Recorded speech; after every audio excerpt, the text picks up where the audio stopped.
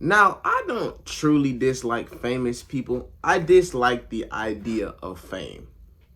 I feel like it's always been a part of human society and nature to always supersede certain people over others.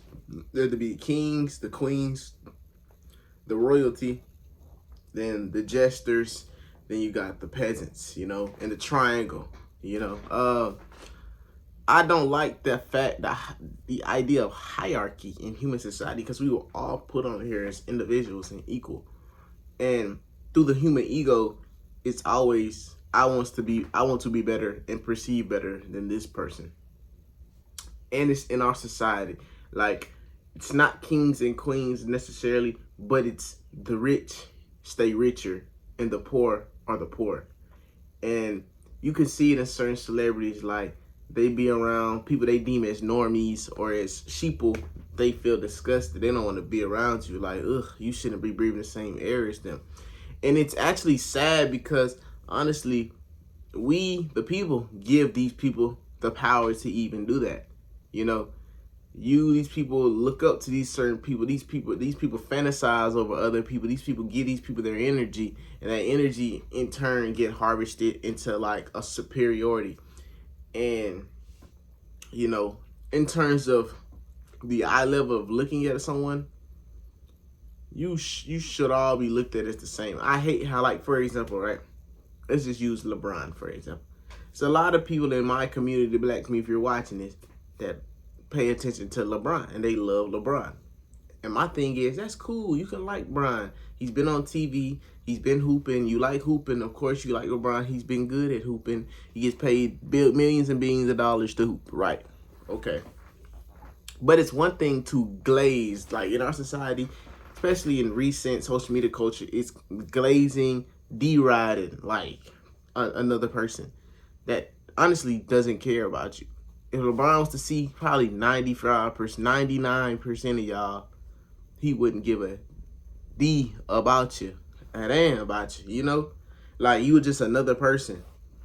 And he just capitalized on something he was good at, And it could be more to that. He could have been put into a position to succeed. You never know. All you know is stories that the narratives in the media that tell you, and you idolizing this person. Like, people will argue you down about Bron. Bro, no, Bron is this. He's the greatest. The king, like, gang. Why are you looking at this person like he's so much better than you? Like, this man, if you seen him, you try to dap him up, he'll be like, get this man away from me. What? This fly, this gnat. Like, it literally. Then that's why they say don't meet your idols, gang. Because you shouldn't have an idol in the first place. That's literally what it is. You shouldn't have an idol in the first place. These are just people. Now it is a different conversation. I could go into why some people are idolized over others. Because some people, to a point, you can make the point that some people do deserve to be idolized because they put in the work to get to that position. Like, the regular person, like, just say me and you, right? And you want to be great, and I want to be great, right? You put in all that work and time and effort to be the greatest, to be recognized as the greatest, because you did everything that this person never would do. So, of course, he's going to reap the benefits of what he did because he's great at what he did. So, him being great allowed a natural attraction, just like back in other times, right? The high priest and the pharaoh. The high priest was there with the pharaoh, and people looked at the high priest like a godlike figure, right? Because the high priest, how we go to college for 1 degree, the high priest wouldn't become a high priest until his 50s, 60s, because they were studying the knowledge for decades to become so knowledgeable on so many things spiritually and physically that, mentally, they advised the pharaoh, and the pharaoh was the pharaoh in itself. And so, of course, people are going to look at him because he took the time to get the knowledge that you didn't take the time to do. And now he's excelled in so many things. He might know spiritually what's the afterlife. He know all these different things to help in life. And he got connected with the source. And you didn't do that. So, if you look at it like that, he deserved to. But in our society, just simple fame, or, oh my gosh, we can go to the college world. You joined a bunch of organizations in the college world because everything's a hierarchy in life. High school, you the football team, you the basketball team. You scoring the points on the team, they look at you like, oh, you're the king. Oh, you the guy that's the fresh guy at school. You got the nice Hellcat, pull up. Oh my God, because of what you got. It's just all hierarchy, materialistic things. And I just hate the idea of status. Like status literally brings you more power. Like it was a question, a video I just watched the other day. Status or money?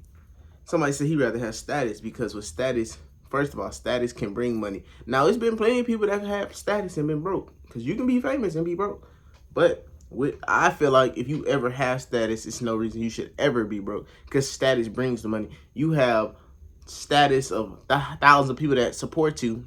You could literally create like a t-shirt for 50 bucks and boom, you up 100, 6 figures because they all bought that t-shirt. You know what I'm saying? So status brings money. Somebody will let you stay in a apartment. Let me say hotel. A hotel, like a bit like a Ritz-Carlton. If you're famous, LeBron James, they're gonna let LeBron probably stay in the Ritz-Carlton for free because they take a picture with LeBron. That brings more people to Ritz-Carlton. LeBron's like, oh, this is the greatest hotel. That's gonna bring thousands of other people to make thousands of dollars off of. That's why they say status is better. Status, you go to a restaurant, get food for free. Like I said, it happens in the lower world, like in college. Oh, you know this person, you know these people, they deem you as somebody cool and you got motion, they'll let you in the party free. Because you know them. Even though y'all are nobody, so like, who are y'all? This is just in this circle of area. Outside of this circle, you a normie. You feel me? You ain't got no motion. You know, who are you? I can see if you was famous. You ain't famous. And that just goes for everybody. Because realistically, even the famous people we deem as famous, they're only famous because we deem them as famous. I just hate the idea and concept, and it's always been like that, so someone could be better than others in society. But realistically, that's why bills and all this thing even exists. Like, nobody wants to give, everybody wants to take, or you need to give me something for me to give you this. Realistically, like I said, we were all put on this planet. Why are we working? Why do we need to, provide? Why do we need to do all this? All this stuff was given to us from being born into this dimension, this reality. But no, human nature, human greed. Somebody get ownership, you not touching my stuff. You got something to offer me, then I give you that. And that became trade. So it goes back to all this stuff, bro. The idea of fame and status quo and all that is trash. And I feel like we should all, eventually elevate past all of this. But who's to say that one day it all may change? Probably not, though. Not in this reality. That the people that run this world are not going for that.